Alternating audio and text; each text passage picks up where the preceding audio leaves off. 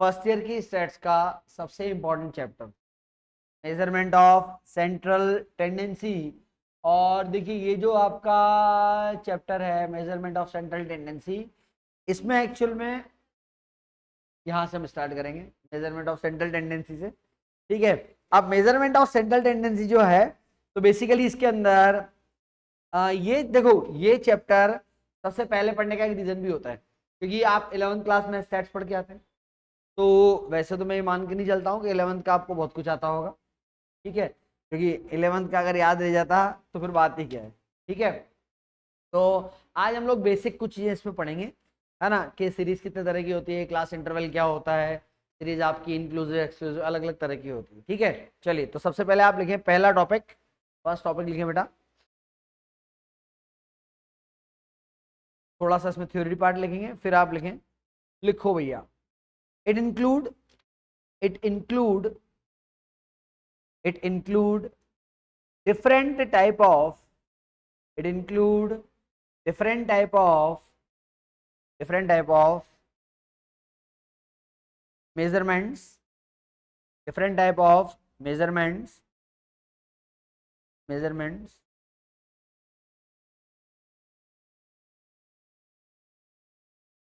different type of measurement, but but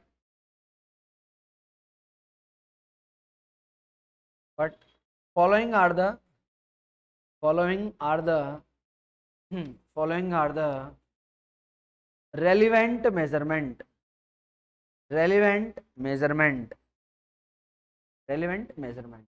ठीक है, तो वैसे तो बहुत सारे मेजरमेंट हैं, लेकिन रेलिवेंट मेजरमेंट कौन कौन से हैं?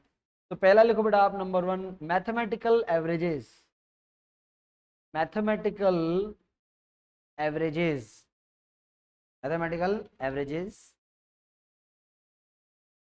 मैथमेटिकल एवरेजेस में आएंगे चार तरह के। सबसे पहला वाला नंबर 1 लिखे आप लोग, arithmetic mean, arithmetic mean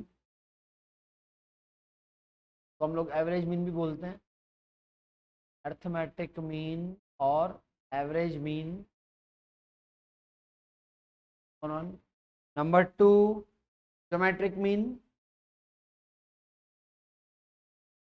geometric mean.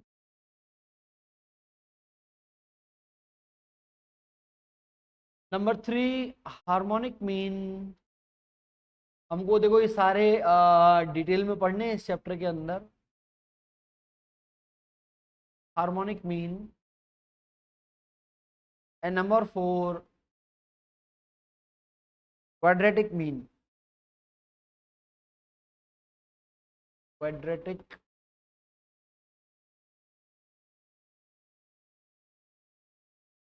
तो ये चार जो मैथमेटिकल एवरेजेस हैं उसमें चार हैं, अरिथमेटिक मीन, जियोमेट्रिक मीन, ठीक है, हार्मोनिक मीन और क्वाड्रेटिक मीन। ठीक है, जो इंपॉर्टेंट वन है ध्यान रखिएगा वो इसमें रहेगा आपका अरिथमेटिक मीन।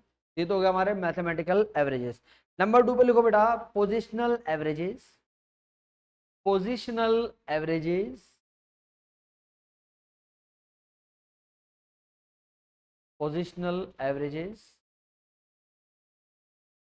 पोजिशनल एवरेजेस में आएंगे आपके पास दो, एक तो लिखें आप मीडियन,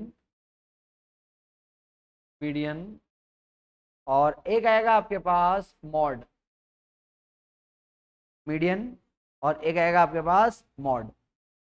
ठीक है, ये चैप्टर में मैं आपको बता दूं बेसिकली आप क्या पढ़ने वाले हो। ये चैप्टर में आप एक तो पढ़ने वाले हो अरिथमेटिक मीन, एक आप पढ़ने वाले हो मीडियन, एक आप पढ़ने वाले हो मोड। ये तीनों इंपॉर्टेंट टॉपिक रहेंगे, ध्यान रखना, क्वेश्चन आपका इसी में से आएगा।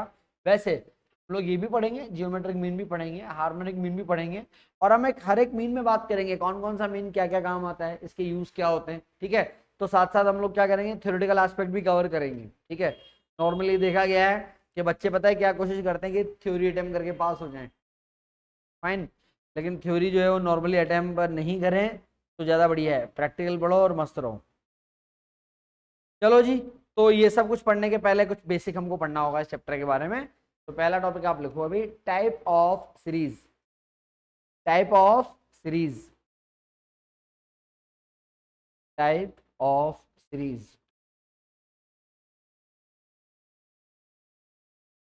कितने तरह की होती है सीरीज, पता है आपको? सीरीज कितने तरह की होती है पता है क्या? देखो सबसे पहले इंडिविजुअल सीरीज, देखो टाइप ऑफ सीरीज 3 तरह की होती है। पहला लिखो individual, individual series. Number 2 discrete series, discrete series number 2 पे। और नंबर 3 पे लिखें बेटा continuous series, number 3 continuous series. ठीक है, 3 तरह की होती है आपके पास, इंडिविजुअल, डिस्क्रीट और कंटिन्यूअस। ठीक है, अब एक एक करके हम लोग बात करते हैं। सबसे पहले लिखो आप individual series, individual series, individual series. इसमें आप लिखें that is the series of data, that is the series of data, series of data where individual information, individual information,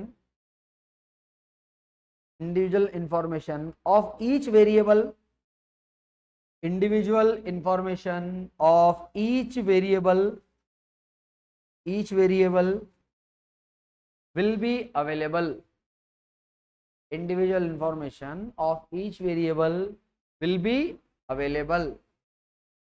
ठीक है, जैसे मान लो एक क्लास के अंदर कुछ स्टूडेंट हैं ए बी सी डी और ई।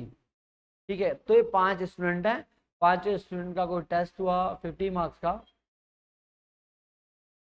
तो 50 मार्क्स में मान लो मिस्टर ए है, ए क्या है 36, क्या है 42, क्या है 30, इसके है 15, ठीक है, और इसके हैं 46। तो ये जो सीरीज है कौन सी सीरीज है? ये आपकी इंडिविजुअल सीरीज। तो इंडिविजुअल क्यों है? रीजन क्या है? क्योंकि जितने इंडिविजुअल वेरिएबल जो मेंबर्स हैं, 5 जने A B C D E, तो 5 जने हैं, पांचों का आपके पास नंबर अवेलेबल है। That's why this is an example of individual. ठीक है, आगे जाके फिर हम सीखेंगे पहला टॉपिक हम लोग वैसे मीन पढ़ेंगे, एवरेज मीन। तो हर तरह की सीरीज में देखेंगे मीन कैसे कैसे निकाला जाता है। अभी तो हम सीरीज पढ़ रहे हैं, तो ये तो होगी पहले तरह की सीरीज। ठीक है, एग्जाम्पल कॉपी कर लिया, आगे बढ़ो। Number 2 discrete series. देखो बेटा discrete series, discrete series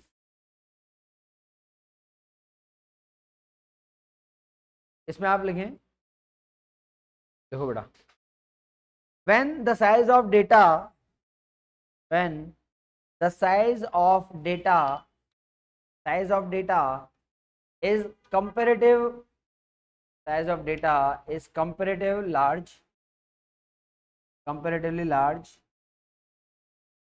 then the data will be represent, then the data will be represent, data will be represent in the smaller form, data will be represent in the smaller form,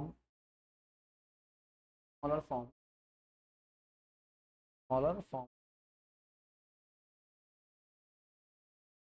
In the discrete series, in the discrete series, the value of x, value of x and their frequency, and their frequency, their frequency will be given in the question, frequency will be given in the question, given in the question.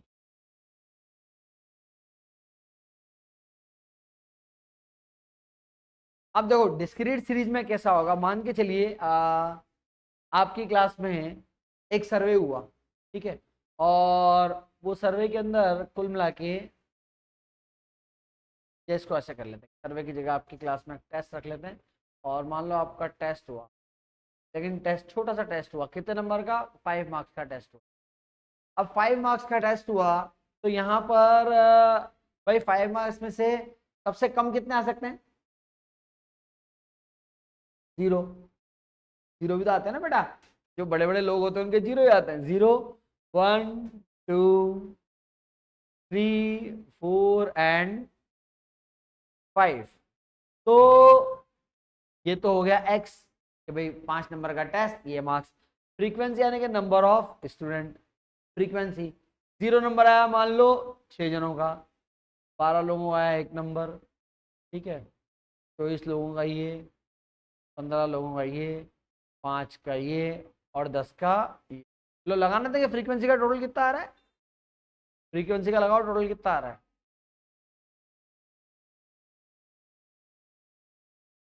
12 और 6 18, 18 और 24 कितना आ रहा है बताओ, लगाया total, 18 24 42, total 72। इसका मतलब ये हुआ कि आपकी जो क्लास है वो क्लास में टोटल कितने लोग थे, 72% थे, और 72% का 5 नंबर का टेस्ट हुआ, यही उनका स्कोर आया। तो 6 लोगों के आए 0 नंबर, 12 लोगों के आए 1 नंबर, 24 के आए 2 नंबर, 15 लोग ऐसे थे जिनके 3 नंबर, 5 नंबर लाने वाले, सॉरी 4 नंबर लाने वाले 5 लोग, और पूरे 5 नंबर लाने वाले 10 लोग। तो that is the discrete series. देखो बात समझो क्या होता है, दो चीजें, एक होता है आपका वेरिएबल और एक होता है उसका फ्रीक्वेंसी। अगर वेरिएबल और फ्रीक्वेंसी दोनों छोटे होते हैं तो बनता है इंडिविजुअल सीरीज। समझना बात को, क्या बोला मैंने, वेरिएबल भी छोटा है और उसका फ्रीक्वेंसी भी छोटा है। जैसे आपके पास अभी हमने ये वाला केस किया, क्या था, क्लास में लोग भी कितने थे, 5 ही लोग थे, है ना। तो 5 ही लोग थे तो 5 लोगों का आपने इंडिविजुअल इंफॉर्मेशन दे दिया, तो यहां से तो क्या बन गया आपका इंडिविजुअल सीरीज बन गया। लेकिन जब क्या होता है ना बेटा आपके पास एक्स और एफ, यहां पर अगर आप देखें जो आपके नंबर ऑफ कैंडिडेट है कितने, 72 लोग हैं। अब मान लो आप 72 के 72 लोगों के नाम लिखो, मान लो पूरी लिस्ट है आपका 72 बच्चों की, और 72 बच्चों की लिस्ट एक एक के बता रहे हो, इसके 1 नंबर, इसके 4 नंबर, इसके 2 नंबर, इसके 5 नंबर, तो डेटा एनालिसिस करना बहुत मुश्किल हो जाता है। तो डेटा एनालिसिस के लिए क्या जरूरी है, हमने उसको डिस्क्रीट सीरीज में चेंज किया, और डिस्क्रीट सीरीज के अकॉर्डिंग, क्योंकि हमको पता है कि भाई टेस्ट कुल मिला के हुआ है कितने नंबर का भैया, 5 नंबर का टेस्ट हुआ है, तो इसमें फटाक से हमने डेटा को रिप्रेजेंट कर दिया। So that is the short form of the representation of the data. यहाँ पर नंबर ऑफ स्टूडेंट ज्यादा हैं लेकिन जो टेस्ट के मार्क्स हैं वो कम, ठीक है। लेकिन मान लो आपकी क्लास में 72 स्टूडेंट हैं और मैं टेस्ट भी 50 नंबर का ही ले लूँ, तो 50 नंबर का टेस्ट है और नंबर ऑफ कैंडिडेट भी, दोनों वेरिएबल ज्यादा है। जब दोनों वेरिएबल ज्यादा हो जाता है ना बेटा, तो फिर ये डिस्क्रीट सीरीज भी काम में नहीं है, क्योंकि भी आपका डेटा अच्छा नहीं बनेगा। मान के चलो आप 0 से लेके भाई 0 1 2 और भाई बढ़ाते बढ़ाते कहाँ तक जाओगे, 50 तक पहुंच जाओगे, कितनी बड़ी सीरीज बन जाएगी। एनालिसिस करने के लिए ध्यान रखना हमेशा डेटा मैनिपुलेटिंग की जरूरत पड़ती है। डेटा मैनिपुलेटिंग का मतलब डेटा को अरेंज करना। अच्छा डेटा का यूज क्या होता है वैसे, डेटा काम क्या आता है, डेटा का सबसे बड़ा एसेट्स है आज की तारीख में, सबसे बड़ा एसेट्स अगर कुछ है तो वो डेटा है। हाँ, हाँ बहुत कुछ हो सकता है डेटा के साथ, तो बहुत कुछ होता है भाई। डेटा से तो पता लगता है ना कि कौन क्या चीज खरीद रहा है, कौन किस चीज में घुसा हुआ है, तो डेटा ही तो है, ठीक है। तो अब आप बात समझिए, जब वेरिएबल ज्यादा है यानी कि टेस्ट भी बड़े नंबर का है और नंबर ऑफ स्टूडेंट भी ज्यादा है, तो आपका काम डिस्क्रीट भी नहीं चलेगा। तो लिखें number 3, continuous series, continuous series, continuous series. इसमें आप लिखें when the number of candidate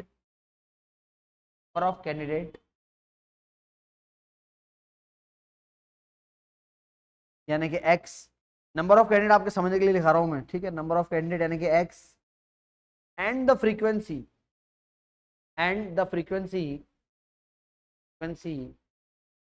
both are given, frequency both are given in large numbers, both are given in large numbers, large numbers। हाँ, क्यों, पंडित क्या करेगा, पंडित बताएगा कि मानसिक शांति कैसे मिलेगी। तेरी डेफिनेशन बीच में रह गई तुम्हारे चक्कर में, क्या लिखा बेटा अपन ने, पढ़ के बता। in large number, then we will use the continuous series. We will use the continuous series, continuous series,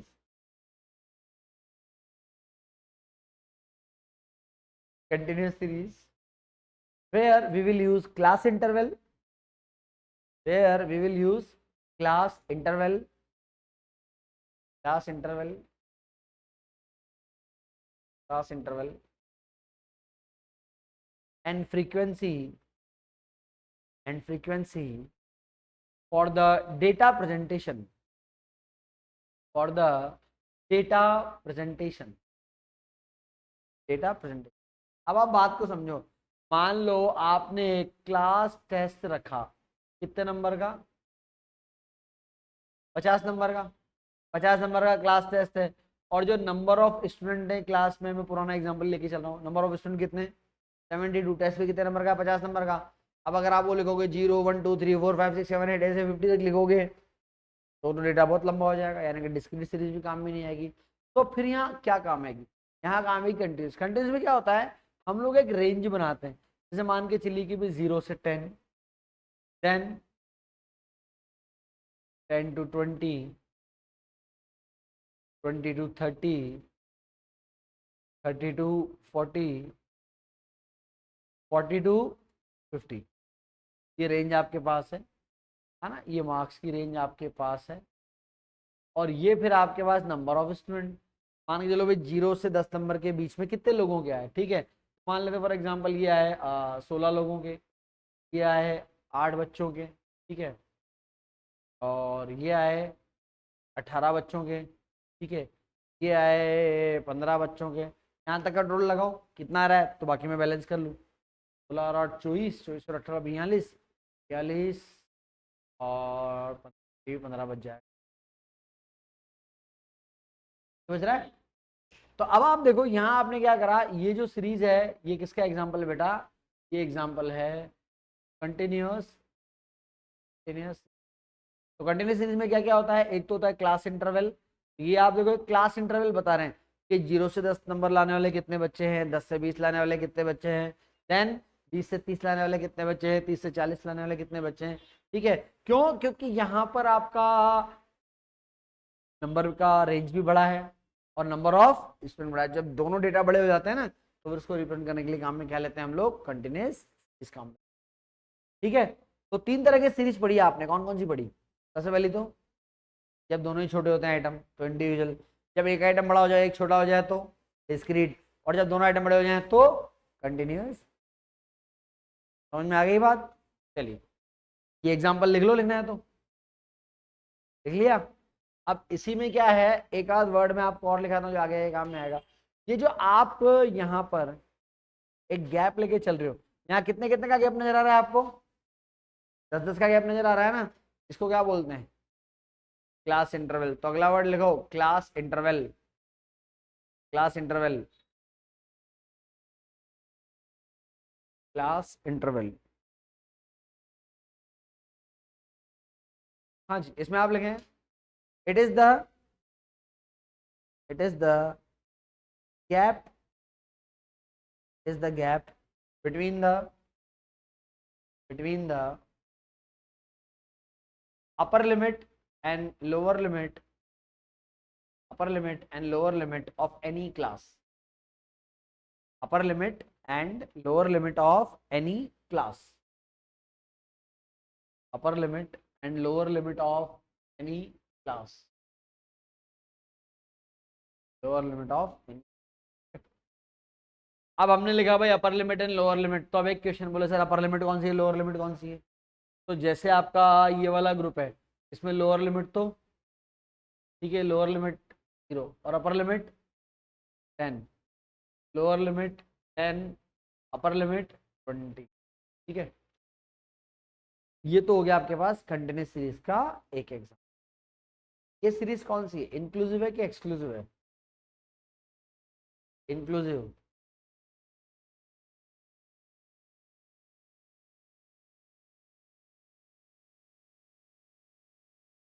कौन सी है, क्यों, एग्जैक्ट। देखो ये जो एग्जांपल आपके सामने बोर्ड पे है 0 से 10, 10 to 20, ये सीरीज कौन सी है आपकी? एक्सक्लूसिव सीरीज है। एक्सक्लूसिव का मतलब ये होता है कि जो अपर लिमिट है, अगर मान लो किसी बच्चे के एग्जैक्ट 10 नंबर आ गए, 10 नंबर आ गए तो यहाँ इंक्लूड नहीं होगा, वो कहाँ इंक्लूड होगा? वो नीचे वाली फ्रीक्वेंसी में इंक्लूड होगा आपके पास। ठीक है, अगला टॉपिक लिखो छोटा सा, लिखो type of continue series. Type of continue series. Type of continue series लिखो। There are two type. भाई छोटी छोटी चीजें भी तो पहले बेसिक पढ़ा दूं ना आपको, फिर सीधा क्वेश्चन में आज लिखें। There are two type, there are two type of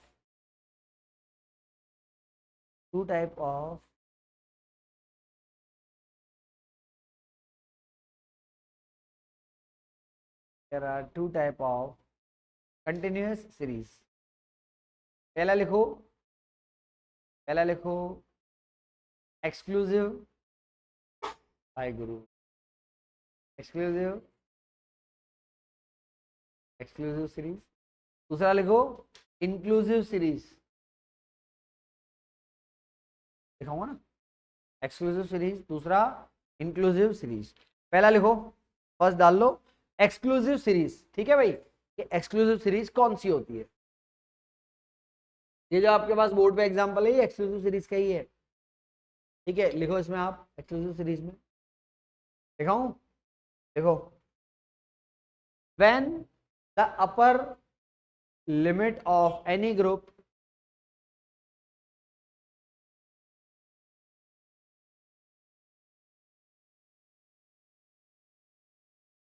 upper limit of any group, upper limit of any group included in the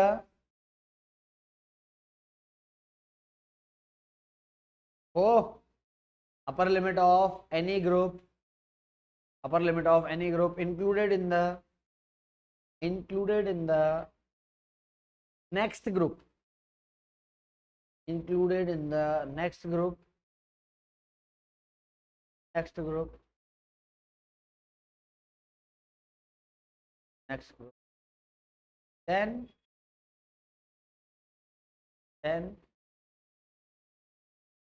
it will be known as, then it will be known as exclusive series, will be known as exclusive. For example, in the given case, for example, in the given case, if any candidate, if any candidate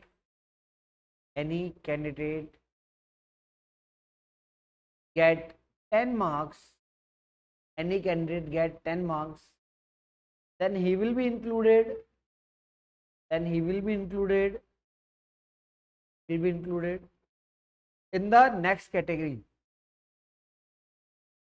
He will be included in the next category, included in the next category,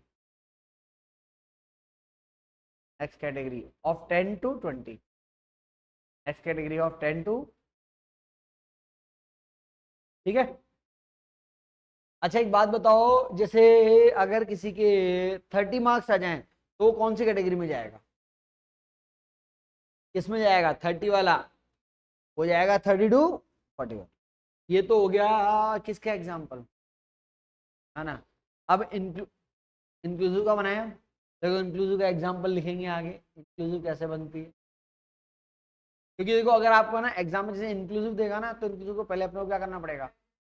हाँ, एडजेंट factor निकालना पड़ेगा। तो जैसे मान लो आपको series दे रखी है से 0 to 9, 5 minute, 0 to 9, 9 to 19, 19 to 20, क्या हो गया? हाँ, इंक्लूसिव पढ़ाते पढ़ाते वो पढ़ा दिया मैंने। 10 to 19, 20 to 29, 32।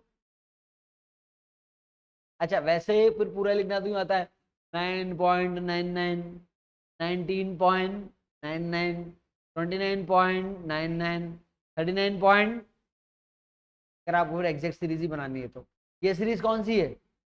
ये इंक्लूसिव, क्योंकि इंक्लूसिव में क्या होता है कि जो अपर लिमिट है, जैसे इसकी अपर लिमिट है, तो अगर किसी के 9.99 नंबर तक आएंगे तो फर्स्ट में आएगा, एग्जैक्ट 10 नंबर आएंगे तो वो आएगा। तो इसको कौन सी चीज बोलते हैं? इंक्लूसिव। ध्यान रखिए, अगर कभी एग्जांपल में इंक्लूसिव दी भी जाए तो भी उस इंक्लूसिव को बनाना पड़ेगा, एक्सक्लूसिव में बनाना पड़ेगा, है ना। तो लिखो इंक्लूसिव सीरीज, इसमें आप लिखें when the upper limit, when the upper limit of upper limit of upper limit of any group, upper limit of any group, upper limit of any group included in the same group, included in the same group, then it will be known as, then it will be known as, it will be known as inclusive series, inclusive series,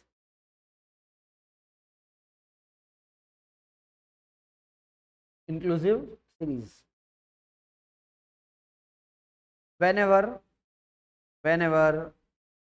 inclusive series given to us, inclusive series given to us, given to us, given to us, then we have to convert this, we have to convert this, have to convert this in the exclusive series, in the exclusive series, exclusive series.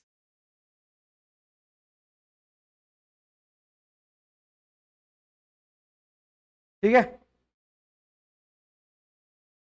समझ में आ गई बात?